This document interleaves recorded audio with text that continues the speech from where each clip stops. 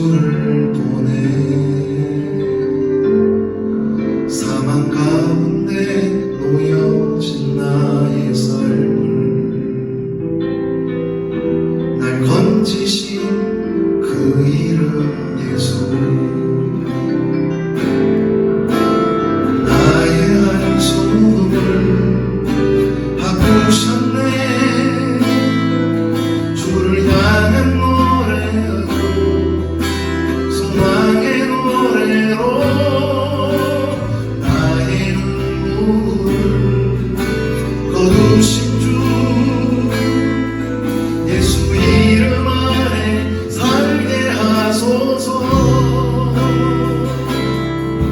고달픈 삶의 은혜도 무뎌지네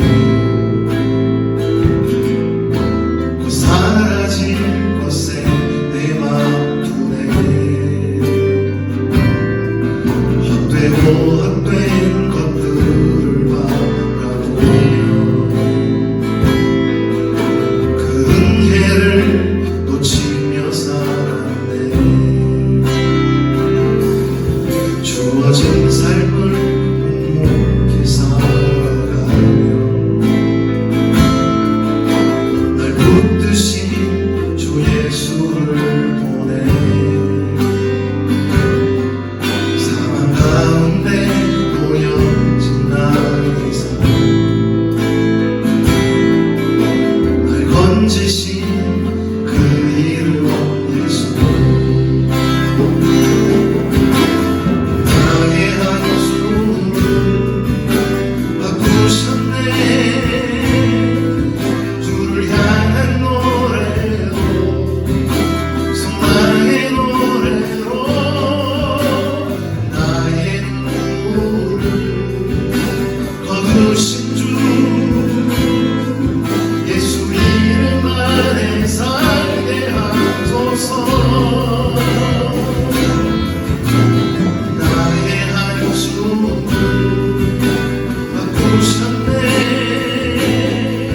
주를 향한 노래로 소망의 노래로 나의 눈물을 거두신 주 예수 이름 안에 살게 하소서. 오늘 주시는 하나님 말씀은 야고보서 1장 2절에서 4절까지 말씀입니다.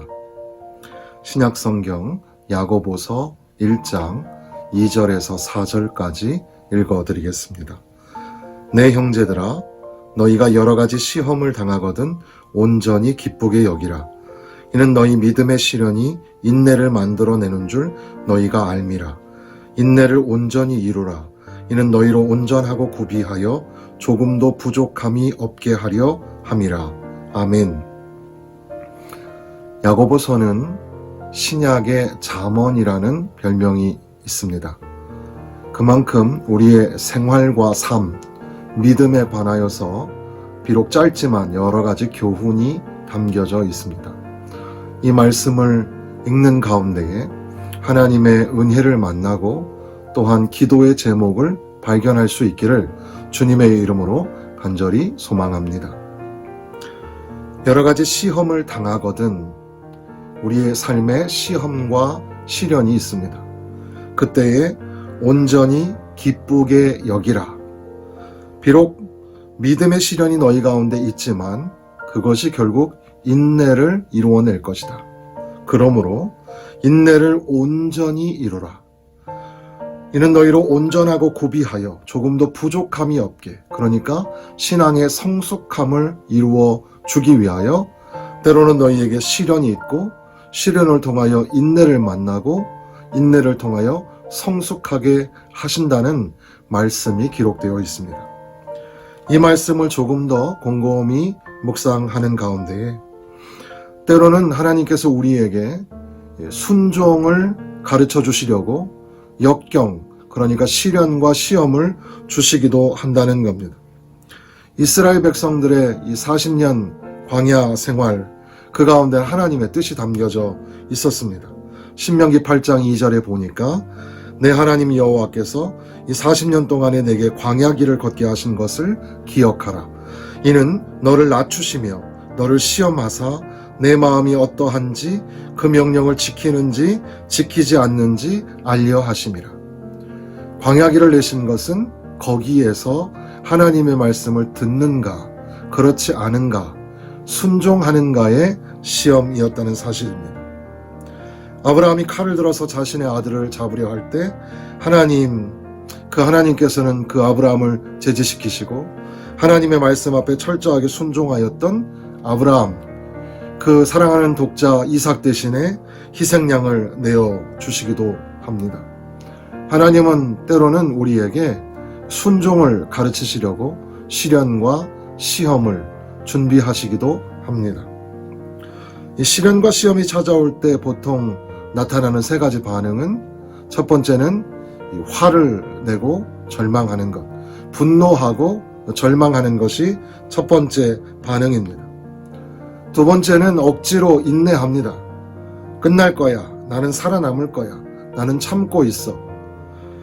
그런데 하나님은 우리가 그 역경을 맞아서 거기에 머물지 아니하고 더욱더 하나님과 친밀한 관계가 되기를 원하시는 겁니다. 그래서 도리어 시험 중에 있음에도 불구하고 기쁨으로 받아들일 수 있는가? 근심하지 말라. 여호와로 인하여 기뻐하는 것이 너희의 힘이니라. 느헤미야 8장 10절의 말씀. 우리가 읽은 지금 1장 2절의 말씀에도 내 형제들아 너희가 여러 가지 시험을 당하거든 온전히 기쁘게 여기라. 기쁘게 여기며 시험을 참아내는 것.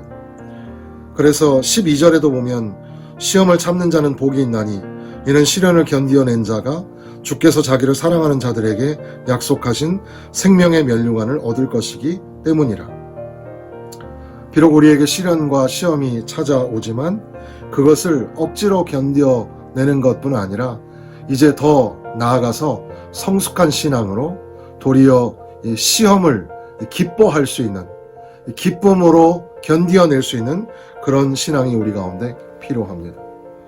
바벨론에 의해 멸망당할 나라, 그런 이 위기에 직면하여서 하박국 선지자는 무화과 나무가 무성하지 못하고 포도나무 열매가 없으며 감람나무에 소출이 없으며 밭에 먹을 것이 없으며 우리의 양이 없으며 외양간에 소가 없을지라도 나는 여호와로 말미암아 즐거워하며 나의 구원의 하나님으로 말미암아 기뻐하리로다. 즐거워하고 기뻐하는 삶을, 그 믿음을 고백하고 있습니다.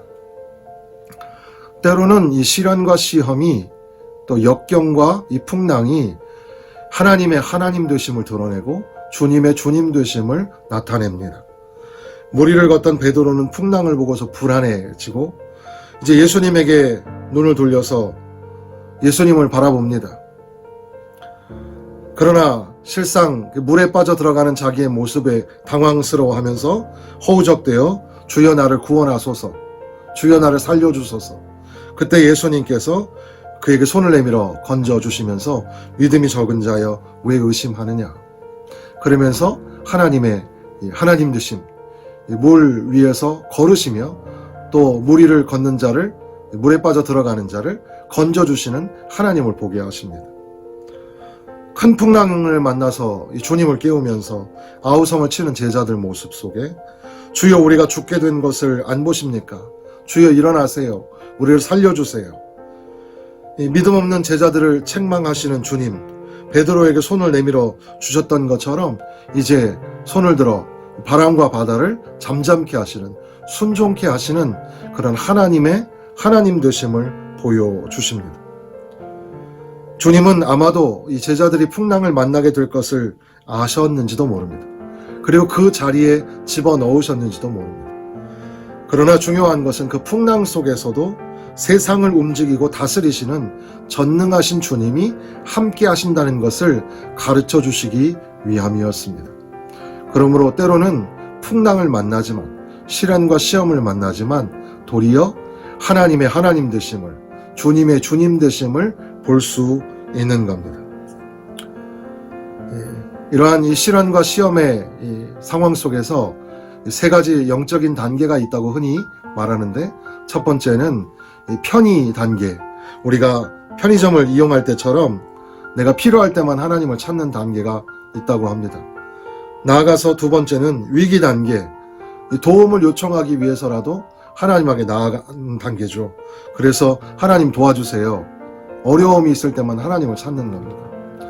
그런데 문제는 그 도움, 그 어려움이 해결되었을 때, 해결된 이후에는 어떻게 하는가? 그것이 하나의 퀘스천 마크가 됩니다.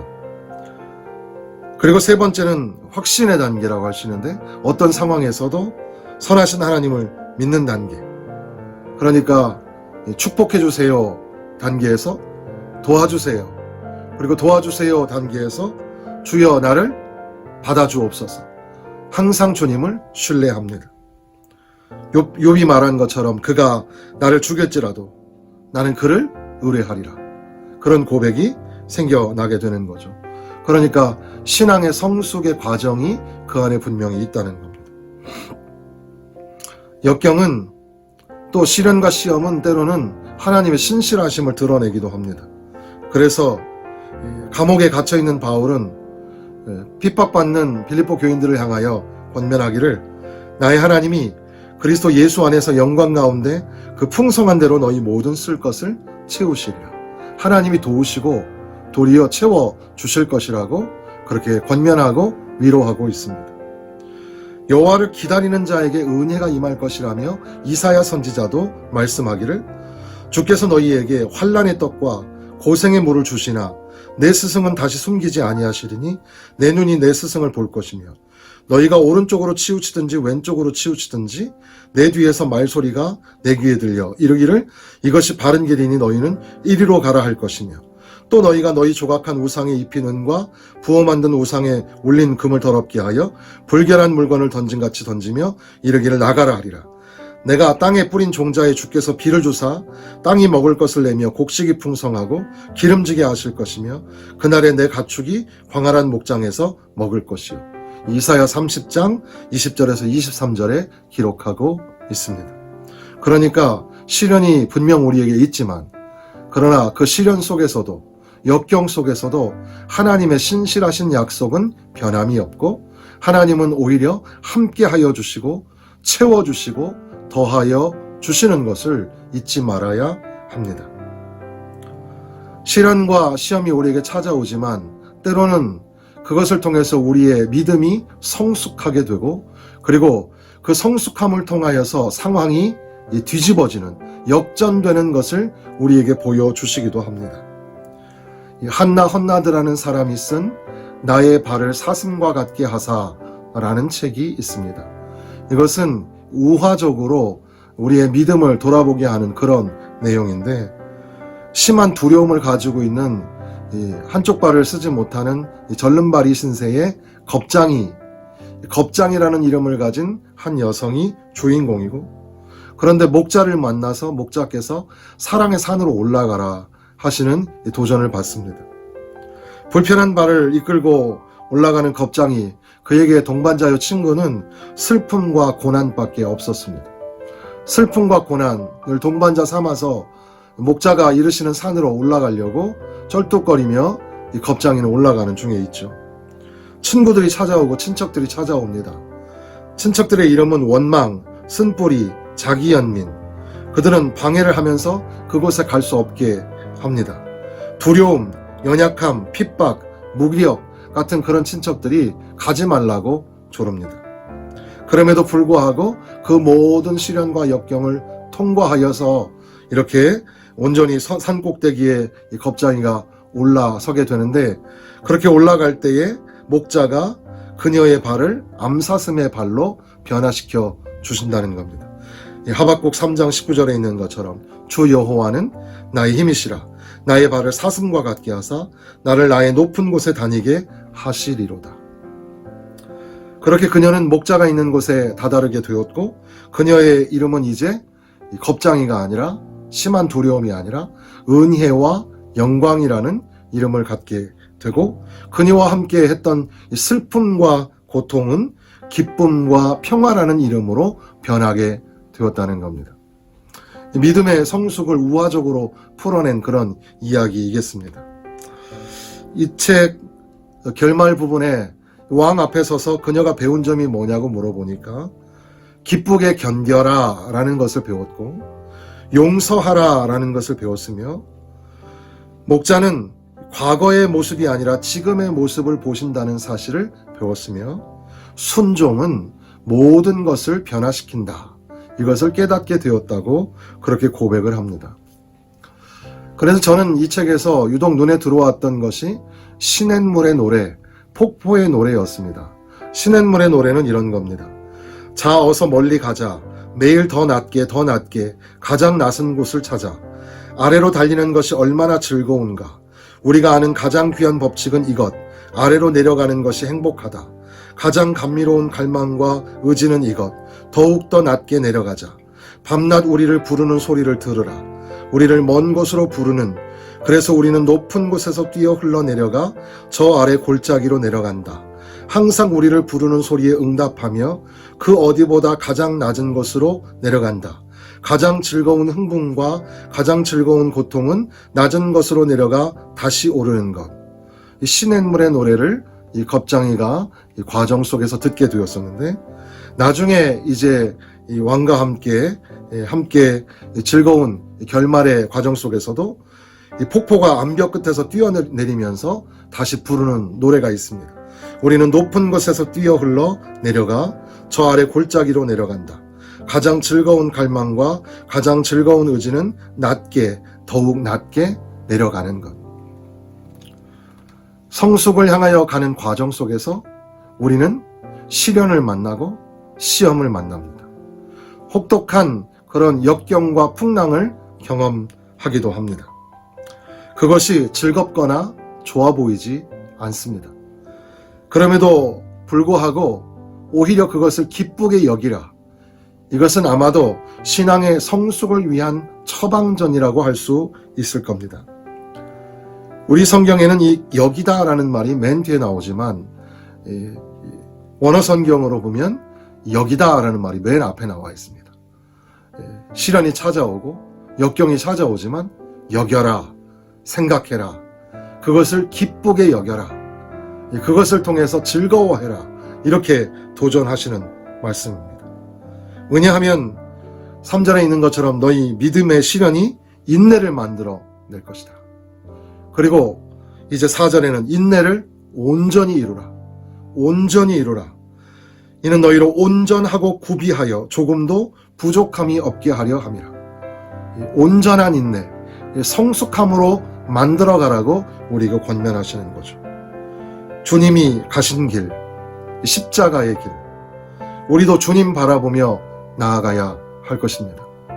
오늘 우리 개인의 삶에, 그리고 교회 공동체에, 그리고 또한 나라와 열방이 직면하고 있는 그런 위기의 상황 속에서, 시련과 시험 속에서 과연 우리는 어떻게 해야 할까? 성숙한 믿음의 사람은 어떻게 해야 하는가? 도리어 시련과 시험 속에서도 온전히 기쁘게 여기며 하나님의 신실하심, 하나님의 하나님 되심을 바라보며 그 말씀에 의지하여 순종하며 기뻐하며 인내를 온전히 이루어내는 믿음의 성숙이 우리 가운데 있어야 할 것입니다. 사랑하는 성도 여러분, 우리의 삶 가운데 찾아오는 시련과 시험에 좌절하거나 쓰러지지 말고 온전히 기쁘게 여기며 온전히 인내를 이루어내시기를 주님의 이름으로 간절히 축원합니다.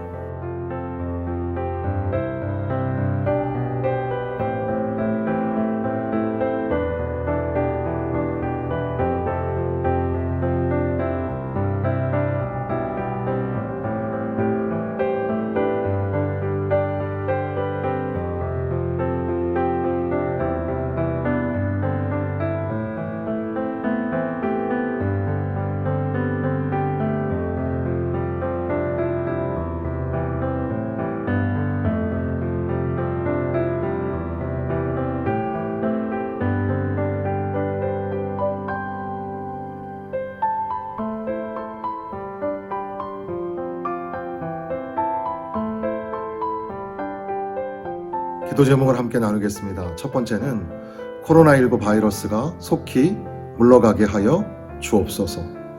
이 어려운 상황이 속히 회복되게 하여 주옵소서 기도해 주시기를 부탁을 드립니다. 두 번째는 교회가 온전히 예배를 회복하게 하여 주옵시고 교회의 거룩한 기능, 빛처럼 소금처럼 그리고 제자로, 전도자로, 예배자로 하나님을 기쁘시게 하는 교회, 하나님의 사람을 세워가는 교회로서의 거룩한 기능을 회복하게 하여 주옵소서. 세 번째는 명절을 맞아서 우리 모든 가족들을 위해서 기도해야 할 것입니다. 부모님들의 건강에서부터 그 마음의 간절한 소원, 그리고 남편과 아내를 위하여서, 그리고 사랑하는 자녀들, 손주들, 건강과 지혜와, 그리고 진학과 진로와 취업과 결혼, 가정에 이르기까지 사랑하는 모든 가족들을 위한 기도, 이것이 오늘 꼭 필요한 줄로 압니다. 가족들 모두가 다 하나님의 복과 은혜가 풍성하게 하여 주옵소서. 그 다음에는 환우들을 위해서 기도하겠습니다. 중병에 힘겨워하고 있는 성도들이 많이 있습니다. 하나님 불쌍히 여겨 주옵소서. 치료하시는 권능의 손으로 어루만져 주시고 회복되게 하시고 살게 하여 주옵소서. 노한 중에 있는 어른들로부터 어린 영아에 이르기까지 하나님 영적으로도 육적으로도 강건케 하여 주옵시고 하나님이 기뻐하실 만한 기쁨의 삶, 복된 삶을 살게 하여 주옵소서. 환우들의 가족들 지치거나 피곤하지 않도록 하나님이 함께 하여 주옵소서. 기도해 주어야 할 것입니다. 수험생들을 위해서 계속해서 기도하겠습니다. 대학 입시를 준비하고 있는 우리 사랑하는 자녀들 지혜를 주시고 힘을 주시고 또 하나님이 권능의 손으로 그들의 길을 열어주셔서 원하는 이 공부를 마음껏 할 수 있도록 또 원하는 대학에 들어갈 수 있도록 원하는 직장과 또 원하는 그런 이 배움을 만날 수 있도록 위해서 기도해 주어야 합니다. 하나님 도와주옵소서. 저들의 길을 열어 주옵소서. 대학 입시뿐 아니라 모든 이 자격증을 준비하는 그런 청년들, 자녀들 그리고 그들의 진로와 진학, 그들의 앞길을 하나님 지켜 주옵소서. 기도해 주시기를 부탁을 드립니다. 끝으로 이 나라와 이 열방 가운데에 예수의 이 생명의 복음을 전하기 위하여 세상에 흩어져 사명 감당하시는 모든 선교사님들 한 분 한 분 그곳에서 하나님께 영광을 돌리게 하여 주옵시고 이렇게 팬데믹 상황으로 돌아오게 되고 또 어떻게 선교할까 고민할 가운데에 하나님이 함께하여 주셔서 지혜를 주셔서 선교의 문이 닫히지 아니하고 오히려 이런 상황 속에서 선교의 역사가 더욱더 왕성하게 일어날 수 있도록 하나님 도와 주옵소서. 우리 교회도 선교하는 교회가 되게 하여 주옵소서. 그리하여 모든 나라 모든 열방이 하나님 앞에 예배하는 그날이 속히 오게 하여 주옵소서.